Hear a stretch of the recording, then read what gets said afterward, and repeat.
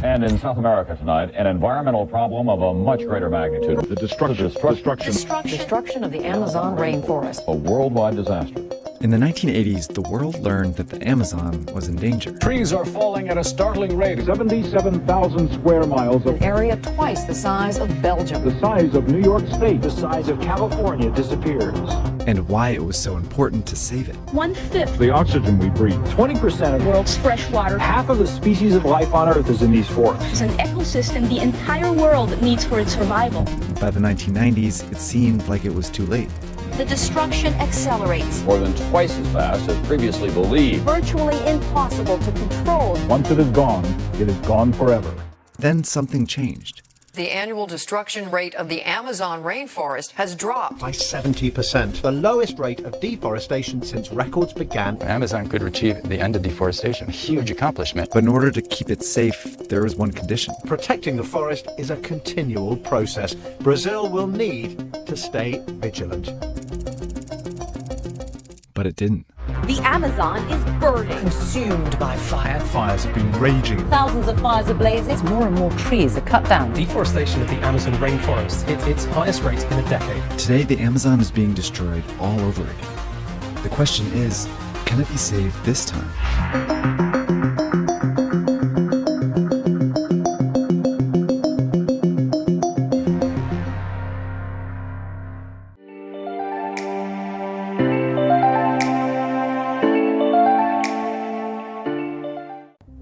Assalamualaikum warahmatullahi wabarakatuh. In this video, our group is going to talk about one of the environmental issues, which is Amazon rainforest deforestation. The Amazon rainforest, often called the lungs of the earth, is a vital component of our planet. It harvests immense biodiversity, regulates the global climate, and sustains indigenous cultures. Yet, this magnificent forest faces a grave threat, which is deforestation. Deforestation in the Amazon is a critical environmental issue marked by the large-scale removal of forest cover. The rates of deforestation have fluctuated over the years, driven by various socio-economic, political, and environmental factors. Now, let's delve into the factors of this destruction. One of the primary drivers of Amazon deforestation is agriculture and cattle ranching. The expansion of agriculture, especially soy cultivation, plays a major role. Soy in high demand globally as animal feed has led to extensive clearing of forests. The Amazon is also a leading region for cattle production. Vast tracts of forest are cleared to create pasture land, often associated with land grabbing and illegal deforestation. Cattle pastures not only increase the risk of fires, but also degrade riparian and aquatic ecosystems, causing soil erosion and river contamination.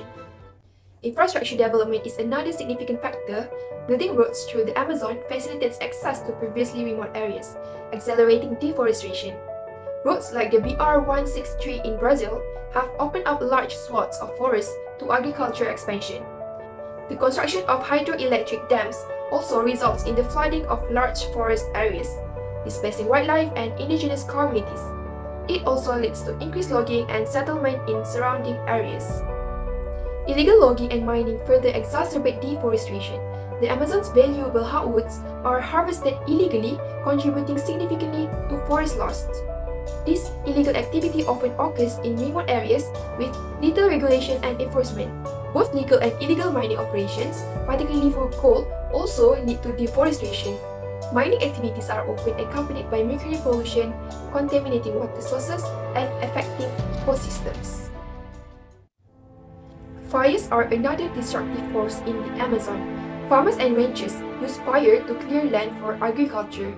These fires can easily spread and become uncontrolled, destroying large areas of forest.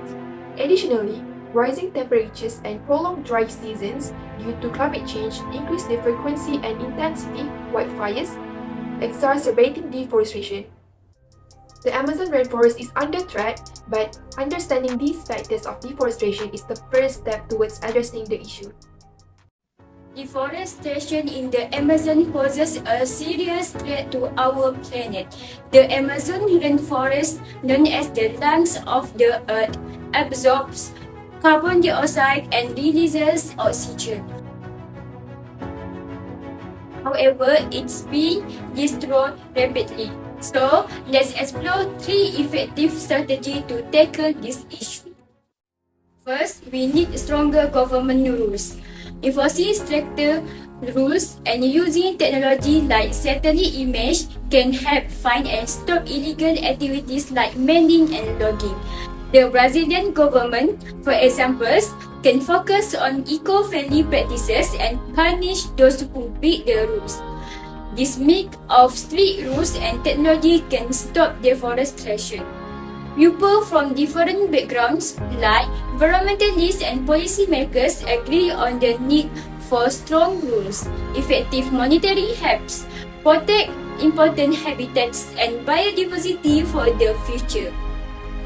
Secondly, supporting sustainable development is key.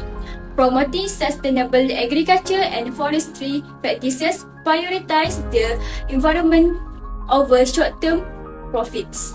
This approach not only reduces deforestation rates but also supports local economies. Indigenous communities play an important role here. By purchasing fair trade goods and supporting eco-tourism, we empower these communities while preserving their lands and culture. Lastly, promoting reforestation and restoration is crucial. Planting native trees and involving local communities in this effort can restore damaged areas and create jobs. Carbon offsets programs where companies fund tree planting to offset emissions are an effective way to support large-scale reforestation projects. Environmental NGOs to corporate partners, various perspectives highlight the benefits of deforestation. This initiative enhances ecosystem help prevent soil erosion and combat climate change. In conclusion, by implementing strong regulations, supporting sustainable development, and promoting reforestation, we can protect the Amazon rainforest for future generations. Together, we can make a difference. Now, we are looking at how to measure organizations which are Greenpeace and the World Wildlife Fund tackling the issue of deforestation in the Amazon rainforest. Greenpeace is well known for its direct action campaigns. They organize protests and demonstrations to stop illegal logging and harmful activities in the Amazon. By taking a stand on the ground, they draw public attention and put pressure on those responsible. But that's not all. Greenpeace also works behind the scenes to influence policies. They push the governments and international organizations to create and enforce stricter regulations to protect the Amazon. In order to guarantee the preservation of the forest, they promote the creation of protected zones. Another important role that Greenpeace plays is exposing illegal activities. They conduct investigations, gather evidence and publish reports. Their media campaigns inform the public and hold companies and governments accountable for illegal deforestation. Greenpeace also supports indigenous communities. They collaborate with these groups to help protect their lands and rights, recognizing the important role indigenous people play in conserving the rainforest. The World Wildlife Fund or WWF focuses on sustainable solutions to prevent deforestation. They work with local farmers and businesses to promote sustainable land use methods that do not harm the forest. WWF also supports the creation of protected areas. They work with governments and local communities to make sure large parts of the Amazons are legally protected against deforestation. Raising awareness is another important role of WWF activities. They run educational campaigns to inform people about the importance of the Amazon and the impacts of deforestation. By educating the public, they encourage more people to support conservation efforts. Finally, WWF engages in scientific research. They study the Amazon's biodiversity and the effects of deforestation. This research helps guide their conservation strategies and informs policy decisions. Together, Greenpeace and the World Wildlife Fund play important roles in the fight against deforestation in the Amazon. Through direct actions, policy advocacy, sustainable practices, and raising awareness, they work tirelessly to protect one of the most important ecosystems in this world. Moving on, I will discuss 3 international laws that significantly impact environmental practice within organizations, which is UNFCCC, CBD, and ITTA. The first one is UNFCCC and REDD. The UNFCCC is a pivotal UN initiative aimed at mitigating dangerous climate change. A critical component of this REDD, which stands for Reducing Emissions from Deforestation and Forest Degradation, this program incentives developing countries to reduce deforestation by offering financial compensation for verified reductions in forest carbon emissions. Beyond reducing deforestation, REDD promotes sustainable forest management and the enhancement of the forest carbon stocks. This framework not only supports climate goals but also provides economic benefits to participating countries, aligning environmental sustainability with financial incentives. Next one is CBD, which stands for Convention on Biological Diversity. Adopted at 1992 Earth Summit, the CBD focused on the conservation of biological diversity, sustainable use of its components, and equitable sharing of genetic resource benefits. The CBD's role is particularly crucial for regions like the Amazon rainforest, the 8 South American countries in the Amazon basin, including Brazil, have ratified the CBD and committed to enhancing their environmental laws. For instance, Brazil's National Climate Change Plan targets zero illegal deforestation by 2030, reflecting the CBD influence on national policies. These efforts are vital for preserving biodiversity and maintaining ecological stability on a global scale. Last but not least is International Tropical Timber Agreement, which is ITTA. The ITTA, established in 1983 and managed by the International Tropical Timber Organization (ITTO). It aims to promote sustainable management and trade of tropical timber, balancing economic benefits with environmental conservation. Brazil, home to a significant portion of Amazon, has incorporated ITTA guidelines into its forestry practice. This includes measures to combat illegal logging, a major threat to the Amazon. By fostering fair trade practice and sustainable timber production, the ITTA helps to reduce the economic attractiveness of illegal logging. Additionally, the ITTA supports robust monitoring systems, enhancing data collection and analysis for better decision-making and policy formulation. In conclusion, these international laws, UNFCCC, CBD, and ITTA, plays crucial role in guiding organizations towards sustainable environmental practice. They offer frameworks for reducing deforestation, conserving biodiversity, and promoting sustainable trade, contributing to global ecological and economic stability. And I will continue with the impact of international political economy on the deforestation issues in Amazon. The first one is the case of balsa wood logging in Ecuador. Since the Ecuador is the world's largest exporter of balsa wood, supplying 95% of global demand and making up 66% of Ecuador's forestry economy. Between 2019 and 2020, balsa export doubled to $550,000 million. However, this growth has caused severe environmental damage, with balsa wood in some parts of the Amazon decreasing by up to 75% due to intensive logging. This logging often happens near protected areas, threatening their conservation efforts. A worldwide fund WWF report analyzed the impact of the balsa wood industry in 4 Ecuadorian Amazon sites. The report found that current logging rates might exceed the forest's ability to regenerate, risking the long-term sustainability of the industry. Additionally, the economic benefits are not evenly distributed, with indigenous communities facing significant social and environmental challenges due to deforestation.